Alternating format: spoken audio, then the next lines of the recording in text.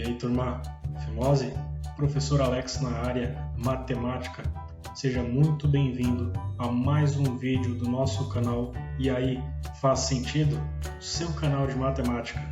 Hoje aprenderemos um pouco mais sobre análise combinatória, porém, nosso foco será os arranjos simples e as combinações simples. Vamos lá?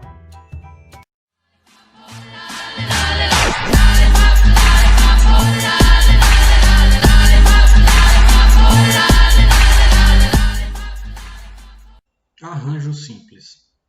Como saber se você vai ter que usar arranjo simples ou não para resolver uma situação de contagem? Pergunte-se, a ordem dos elementos importa? Se a resposta for sim, então muito provavelmente você vai conseguir resolver pelo método dos arranjos. Considerando um grupo de n elementos, a quantidade de agrupamentos ordenados, ou seja, arranjados, PAP, é dada por, e aí nós temos uma fórmula aqui, em que o arranjo de n elementos tomados PAP é igual a n fatorial sobre o fatorial da diferença entre n e p. Lembre-se, tanto n quanto p são números naturais. Aqui você não vai encontrar fração, não vai encontrar números negativos, ok? Números naturais. Geralmente você vai se deparar com situações em que será sempre maior ou igual a 1. Outro aspecto importante é que o p nunca pode ser maior do que o n. Senão isso aqui não rola, não vai dar certo. Ok? E fique muito atento para não inverter a ordem aqui dessa subtração, senão sua conta vai dar errado. Temos um exemplo aí. Quantos números de 3 algarismos distintos podemos obter com os caracteres 1, 2, 3, 4, 5, 6, 7 e 8? Então, primeiro, a ordem dos elementos importa? Importa, né? Pensa comigo, são números de 3 algarismos, então, e vai do 1 até o 8. Então, imagina esse número aqui, ó, 2, 4, 6. Ele é igual a esse número aqui, 4, 2, 6. Não, né? 246 é diferente de 426. Portanto, nesta situação, a ordem dos elementos importa sim. Como importa, vamos aplicar a ideia de arranjos. Vamos direto para a fórmula. Então, a fórmula de arranjos. Qual que é o meu n aqui? O meu n é a minha quantidade de elementos. São 8 elementos aqui. Então vai ser um arranjo de 8 elementos. Eles serão tomados de que forma? De quanto será o meu agrupamento deles? Será de 3 algarismos. Então ele será tomado 3 a 3. Como é que vai ficar isso aí? Vai ficar 8 fatorial sobre o fatorial da diferença de n menos p. n é 8, então é 8 menos 3. Fatorial da diferença de n menos p. Ok, 8 fatorial aqui eu vou manter. Estou indo bem passo a passo, tá? Mas você já poderia ir muito mais rápido. 8 menos 3, 5. Fatorial aqui do lado. Agora sim eu vou começar a calcular. Vou abrir o 8 fatorial. Então vai ficar 8 vezes 7 vezes 6 vezes 5. Vou parar no 5, então 5 fatorial aqui. Por quê? Porque tem o 5 fatorial no denominador. E com isso eu posso simplificar a conta. Então aqui, ó, esse 5 fatorial, simplifico com o 5 fatorial do numerador. O que sobrou para a gente? 8 vezes 7 vezes 6. Resolvendo essa multiplicação, você vai chegar em 336. Então, quantos números de 3 algarismos distintos podemos obter com os caracteres de 1 a 8? São 336 números. Uma dica muito importante é, professor, eu preciso gravar essa forma? Não necessariamente. Por quê? Você pode resolver situações que envolvam arranjos aplicando o princípio da multiplicação. Exatamente, o princípio fundamental da contagem. Por quê? Pelo princípio fundamental da contagem, como é que a gente poderia resolver essa situação aqui? São números com 3 algarismos, então nós temos a casa da centena, da dezena e da unidade. Como são distintos, a gente não pode repeti-los. Então, para a casa da centena, eu terei 8 possibilidades. Para a casa da dezena são 7, porque como eu usei um caractere aqui, né, sobraram apenas 7 para poder usar. Eu não posso repetir, né, são distintos. Da mesma forma aqui vai sobrar 6 para a casa das unidades. Basta a gente multiplicar essas possibilidades aí, a gente vai voltar ao que a gente chegou aqui em cima. Então, vai dar o mesmo resultado, 336 números. Ok? E a combinação simples? Vamos lá. Primeiro você deve se perguntar, a situação, o exercício, ele está pedindo uma contagem em que a ordem dos elementos importa? Se a resposta for não, então parte para a combinação. Combinações simples de n elementos, tomados P a P, são os subconjuntos com exatamente P elementos, que se podem formar com n elementos dados. A gente pode indicar, inclusive, tem a notação, tem 3 formas distintas de notação.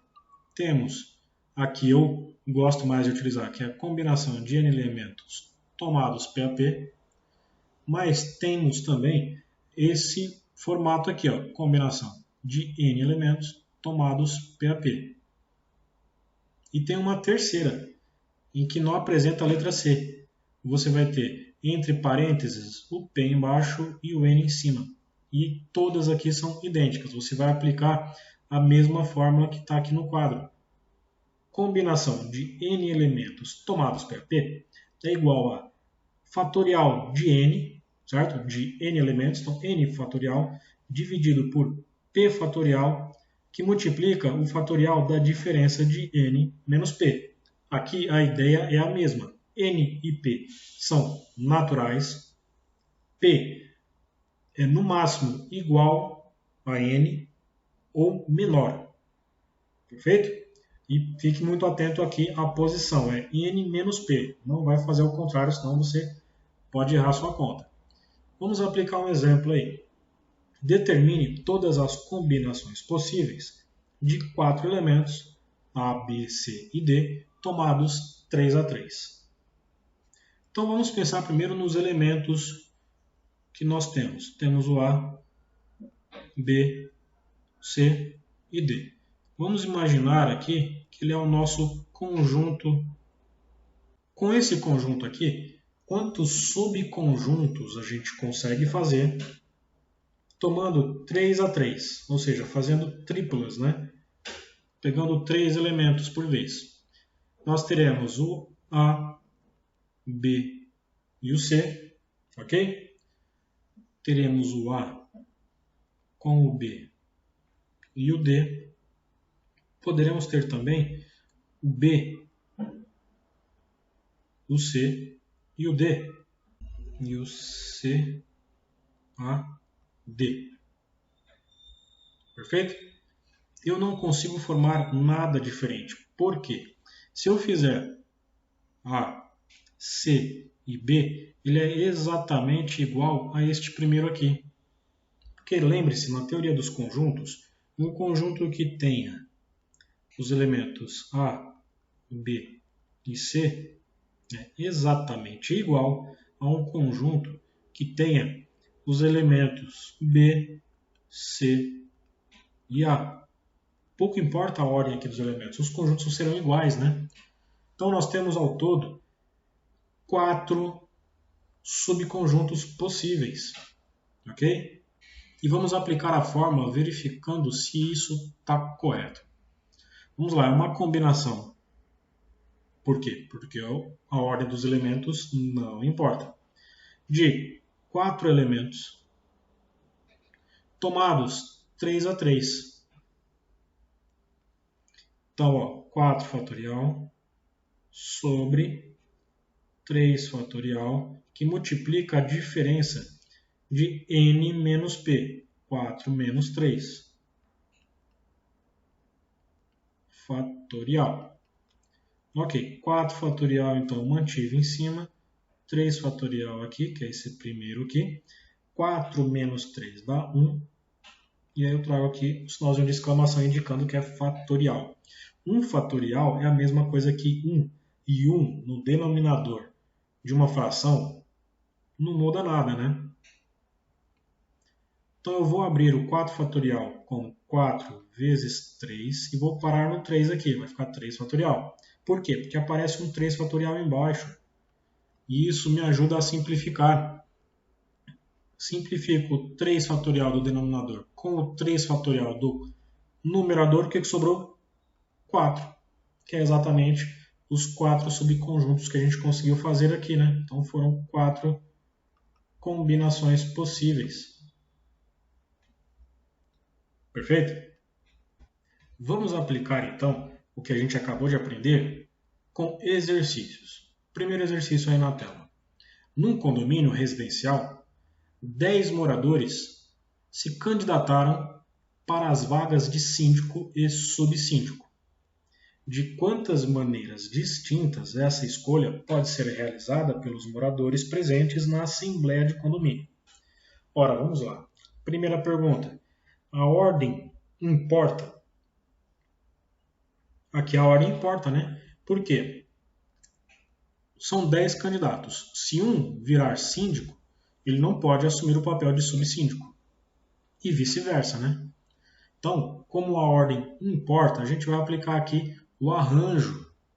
Então, ó, arranjo de N elementos. Quantos são os meus elementos? São 10. Então, são 10 elementos tomados de quanto em quanto? De 2 em 2, né?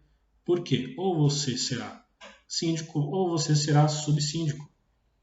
Como é que a gente resolve essa parada aqui? Vai ficar 10 fatorial dividido por 10 menos 2 fatorial. Ok? 10 fatorial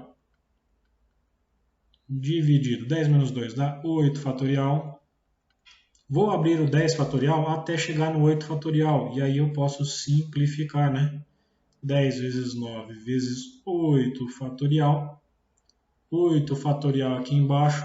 Simplifico este com este. O que sobrou para a gente? 10 vezes 9, que dá 90. São 90 escolhas distintas. A gente poderia, sim, aplicar aqui o princípio fundamental da contagem. Como é que ficaria? Nós temos duas posições. A posição de síndico e a posição de subsíndico. Quantas possibilidades eu tenho para a posição de síndico? São 10, né? Porém, aquele que assumiu a posição de síndico vai poder ser subsíndico? Não, né? Então, como um foi escolhido aqui, um dentre esses 10, sobraram 9, né? Basta a gente multiplicar as possibilidades, chegaremos na mesma resposta que a gente chegou aqui. 90 maneiras distintas aí.